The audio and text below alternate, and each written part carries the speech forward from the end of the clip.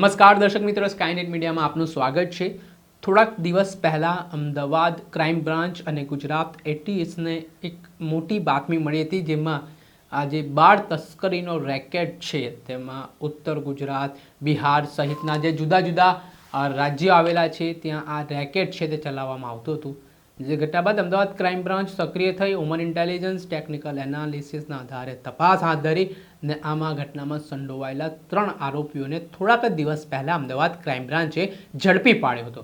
ત્યારબાદ આ કેસની તપાસ ચાલી રહી હતી અને આ કેસમાં મુખ્ય સૂત્રધાર તરીકે યુનુસ ખાન પઠાણ નામના શખ્સની ભૂમિકા સામે આવી છે, જેને બનાસકાંઠાથી ક્રાઇમ બ્રાન્ચે ઝડપી પાડ્યો છે ને આમાં ચોંકાવનારા ખુલાસાઓ પણ થયા છે, જેમાં બાળ તસ્કરીનો જે આખો રેકેટ હતો, જેમાં બાળકોને વેચાણ કરવામાં આવતું હતું, તે મામલે હવે આ મુખ્ય સૂત્રધારની પૂછપરછ કર્યા બાદ શું ખુલાસા થઈ રહ્યા છે, ક્રાઇમ બ્રાન્ચના અધિકારી શું કહી રહ્યા છે, તેમને સાંભળો।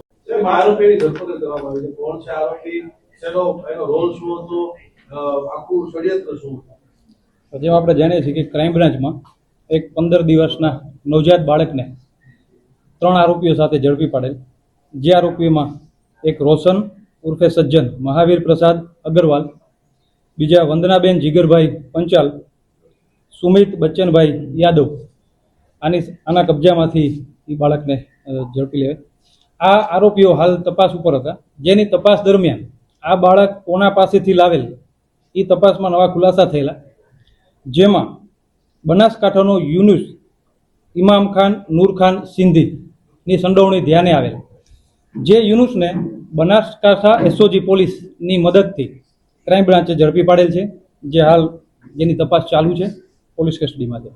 આરોપી પાસેથી કેટલામાં મુખ્ય આરોપી લાવ્યા હતા અને આ જે યુનુસ છે એ બાળક ક્યાંથી લાવ્યો? યુનુસની તપાસમાં એણે ગોવિંદભાઈ નામના વ્યક્તિની ખુલાસો કરેલ છે, પણ એ ગોવિંદભાઈ ક્યાંના છે, શું છે, એની તપાસ હાલ ચાલુ છે। યુનુસનો રોલ શું છે અને એનો ગુનો કોઈ ભૂતકાળ છે? આ યુનુસને અગાઉ 2022માં કાલુપુર પોલીસ સ્ટેશનના ગુનામાં ક્રાઇમ બ્રાન્ચે અરેસ્ટ કરેલો હતો, એટલે ગુનાહિત ઇતિહાસ ધરાવે છે અને ત્યારબાદ આ બીજા ગુનામાં તેની સંડોવણી ધ્યાને આવે છે। ગોવિંદભાઈ છે ક્યાંના છે, કેટલા દિવસ પહેલા એને બાળક લીધું હતું, કેટલામાં લીધું હતું, આ બાળક કોનું છે? હવે આ બાળક જે છે હાલ યુનુસ સુધી તપાસમાં જે લિંક મળી છે, હવે યુનુસ ગોવિંદભાઈનું નામ જણાવે છે। હવે યુનુસની તપાસમાં ગોવિંદભાઈ કોણ છે, ક્યાંના છે, એનો શું રોલ છે, એ જ્યારે ગોવિંદભાઈની ધરપકડ થાય ત્યારે ખ્યાલ આવશે કે એ ગોવિંદભાઈ કોના પાસેથી આ બાળક લાવેલા।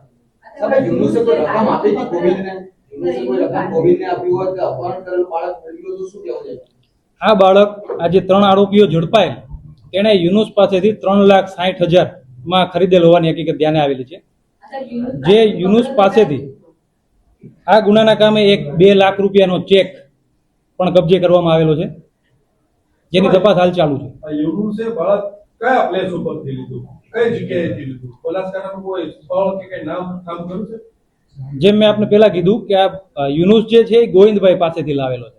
ગોવિંદભાઈ જ્યારે આપણે એની આગળની તપાસ કરશું ત્યારે ગોવિંદભાઈ ક્યાંથી લાવેલા છે, ગોવિંદભાઈ ક્યાંના છે, યુનુસ ક્યાંથી લાવ્યો, કઈ જગ્યાએ યુનુસે ક્યાંથી કલેક્ટ કર્યું બાળક? એ હિંમતનગરમાંથી। અને સર 2 લાખનો જે ચેક મળ્યો છે એ કોના નામનો હતો, કોને આપ્યો હતો, એ કીધું રિલેટ છે બેંક એકાઉન્ટ કોનું છે શું? ઈ આ કામે જે અગાઉ આપણે જે વંદનાબેન જીગરભાઈ પંચાલ એના નામનો ચેક છે, 2 લાખ રૂપિયાનો સહી કરેલો, જેમાં કોઈ તારીખ કે નામ નથી।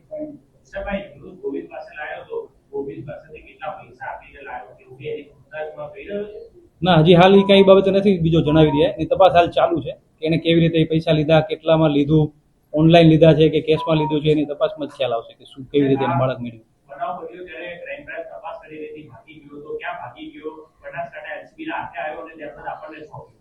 ના, જ્યારે એનું નામ આ તપાસમાં ખુલ્યું છે ત્યારે બનાસકાંઠા હોવાનું ધ્યાને આવેલ, ત્યારે બનાસકાંઠા પોલીસની એસઓજી ટીમનો સારો સહકાર રહ્યો છે આમાં, અને એ ટીમની મદદથી આપણે ક્રાઇમ બ્રાન્ચે આરોપીને ઝડપી લીધો।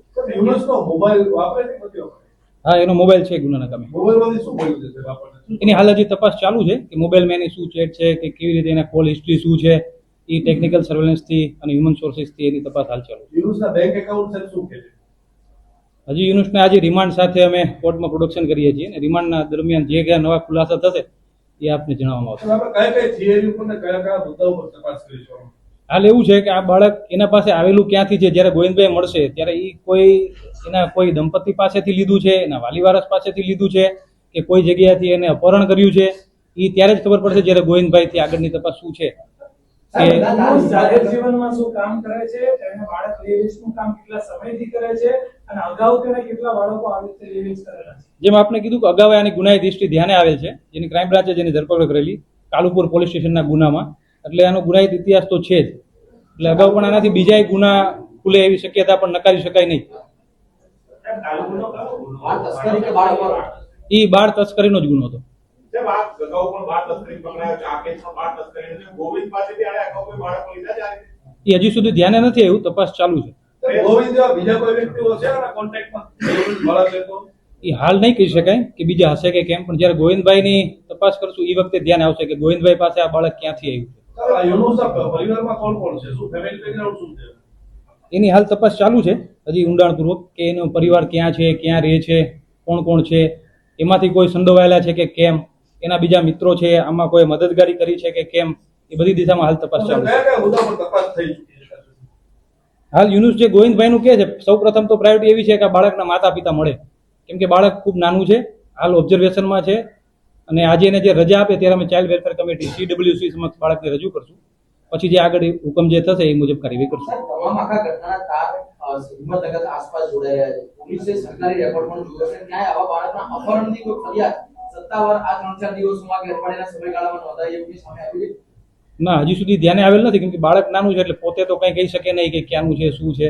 અને જ્યારે આવી કોઈ તપાસ દરમિયાન એવી કોઈ હજી લિંક નથી મળી કે કોઈ અગાઉ ક્યાંય દાખલ થયું હોય ને કોઈ સંપર્ક કર્યો હોય. એટલે હિંમતનગરમાં આવી કોઈ ફરિયાદ હજી સુધી ના, હજી આપણી તપાસ દરમિયાન આવું કંઈ ધ્યાને નથી આવ્યું.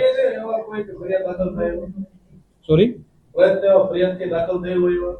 ના, હજી સુધી આપણને ધ્યાને નથી આવ્યું આ બાળક બાબતે આવી કોઈ. સાહેબ, આ જે આરોપી છે સાબરકાંઠા, બનાસકાંઠા અને હૈદરાબાદ, આ 3 રાજ્યના લોકો સાથે સંપર્કમાં હતો અને અહીંયાથી બાળકો ત્યાં મોકલતો હતો. તો એના તાર જે નાગરાજ છે, હૈદરાબાદનો એજન્ટ છે, તેના સાથે જોડાયેલા છે, ઓળખે છે ખરા? હા, અમારી તપાસમાં એવું ખુલ્યું છે કે આ રોશન નામનો જે વ્યક્તિ છે એ હૈદરાબાદ હાલ રહે છે.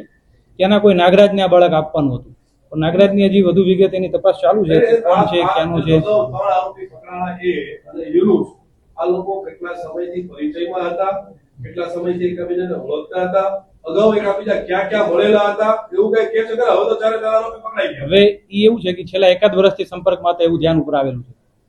અને આ ક્યાં મળ્યા હતા સાહેબ? કઈ રીતે મળ્યા હતા? એ જ્યારે યુનુસનો અગાઉના ગુનાહિત ઇતિહાસ છે એની કોર્ટ મુદ્દતે આ કામની જે આરોપી છે વંદનાબેન જીગરભાઈ પંચાલ, એના સાથે એનો સંપર્ક થયેલો, અને વંદનાબેન મારફતે એનો સંપર્ક આ કામના આરોપી રોશન મહાવીર પ્રસાદ અગ્રવાલ સાથે થયો.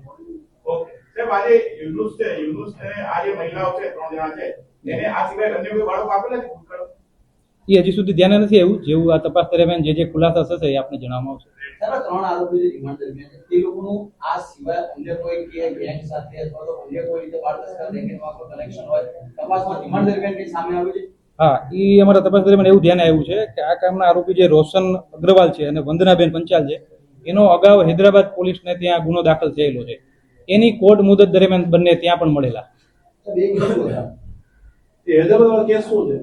એ હૈદરાબાદની વિગત હજી હાલ તપાસમાં આપણે આવેલ નથી.